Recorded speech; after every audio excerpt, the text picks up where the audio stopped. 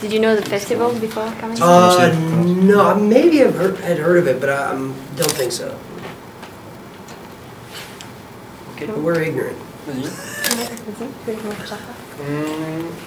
The original film has a totally differently tone. Did you get that impression when you initially read the script, that the tone wasn't trying to go after the originals? Well, when I got the script, I hadn't seen the original, so I kind of just had this. I didn't know what the tone was of the original, so I got this, and I loved the scariness and the comedy aspect. I loved both of those tones in it, and I was a big fan of everybody that was attached to star and direct. So I got it, and then I bought the original and watched it, and I could tell that the tone was like it still had the original was scary and funny, but it was it had like a very 80s vibe, obviously because it was from the 80s, and a lot of that stuff wouldn't work as well now. So we had to kind of, or Marty, the screenwriter, had to kind of change things to make it more modern for the people today. So today, is it a more comedy or more horror movie? It's both. Yeah, I think it's a hybrid. I think it's more like a little bit more Prius. horror, but no, Prius isn't a hybrid. it's not. Hybrid. Hybrid Prius? No, hybrid's hybrid. Yeah. Anyways, I think it's a little more horror, but there's I mean, when you have David Tennant and Colin and these people, and you're gonna have some comedy in it. I think that Craig did a great job directing it and got both horror and comedy very nicely. A few minutes ago, we make a little joke on this, and we say there's 15 seasons of Desperate Housewife. It's another way, maybe, no?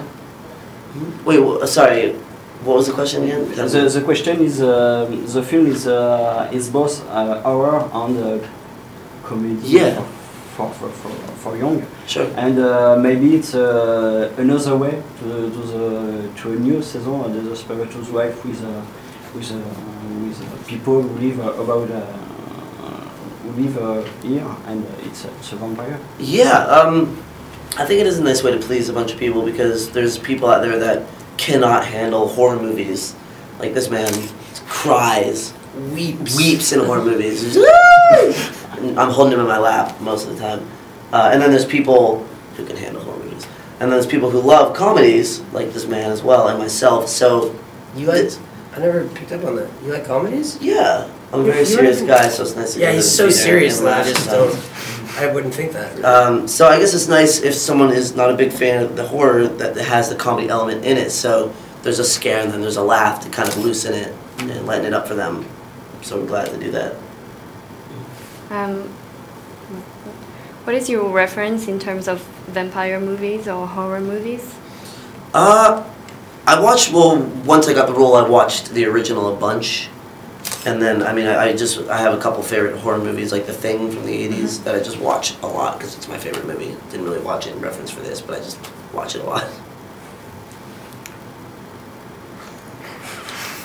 For me, I don't know, vampire movies. Or TV shows. Yeah, like, you know, I don't Blood really or watch that much TV. So You're not a Vampire Diary fan? No. Okay. Vampire Journal. Vampire Live Journal. Vampire Facebook. MySpace. No, but I didn't really, in terms of, for this film in preparation, I didn't use specific texts to supplement this one other than the original film.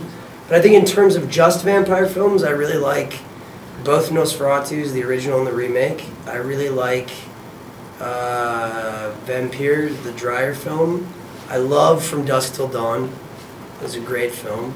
I love Ford Coppola's Dracula. What else? Those are a pretty good amount. Yeah, I pretty much listed. Yeah, that's like 4 or 5. 2, 3, yeah, 5. 4 or 5. 5. 5 is a good number. Yeah, it is. Yeah. Yeah, your character turned into a vampire. Can you talk about the makeup? Yeah, the makeup, excuse me, it looks amazing on screen. Like, we had K&B, who's one of the top makeup special effects artists in LA, or in the movie industry, excuse me. But it was kind of a pain in the ass to wear. It took 4 hours every morning to get on, so I'd have to get to set like 3 hours before this guy. I'd just be sitting there with goo on my face and he'd walk in with a bagel and be like, "Hey dude, makeup 10 minutes, done." And then I'd have to stay like an hour later than everybody else to get it off. So after doing that for 2 weeks, it became kind of a hassle. but it looks fantastic in the movie, so I would do it again in a heartbeat. Actually, do you feel lucky to play, by example, to play with Colin Farrell? And me. Do you feel lucky to work with me? I feel lucky to be in the same room with you. To be a superhero like Red Mist. Yeah. To play with in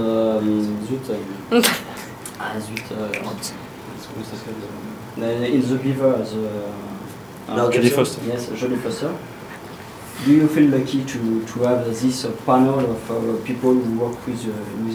Yeah, of course. I mean, I feel lucky every day to be being able to make movies and play characters and experience this job, which is really a gift to be able to do. I mean, we have to come to Deauville. Yeah. It's pretty incredible. Yeah. It is. It's amazing to come out here. No, yeah, in all seriousness, I mean, Yeah. to be treated so well and to travel around the world and live so nicely and eat so One of your well. favorite movies is Taxi Driver, which Jodie Foster Yeah, I mean, was to work, in. yeah. So it's like, yeah, to be on set with Jodie, I was blown away. And Colin, I mean, whenever you meet people that are so extraordinary at what they do and so talented, and regardless of their age, Colin's a lot younger than Jodie. Regardless, you know, or this man, I was a big fan of this guy too. I mean, when you work with people that you really respect and appreciate and they're so good at what they do, it enriches that job that you already feel lucky to do. Because you feel lucky to just be able to do it. And then when you're working with people you have such respect for, it gets even better. And yeah, it's truly a gift. So how do you see yourselves in like 5 years?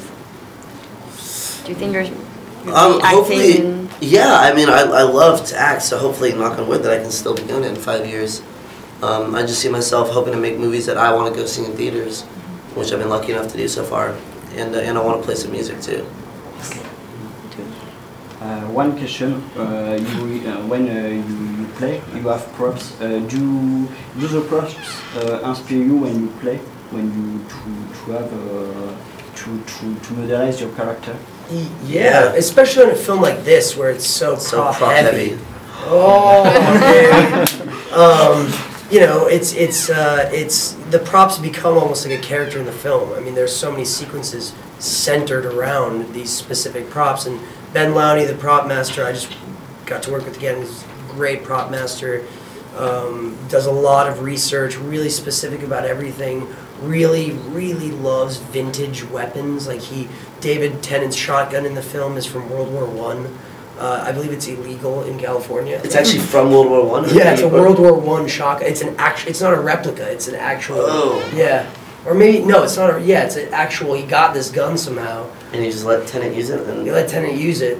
he wasn't afraid that he was going to ruin a World War I. It's a sturdy gun, man. Did you feel that thing? It was just like a piece of metal. Okay. But you know, he's so specific about it that it's really, it just enriches. It gives you that much more texture. You know.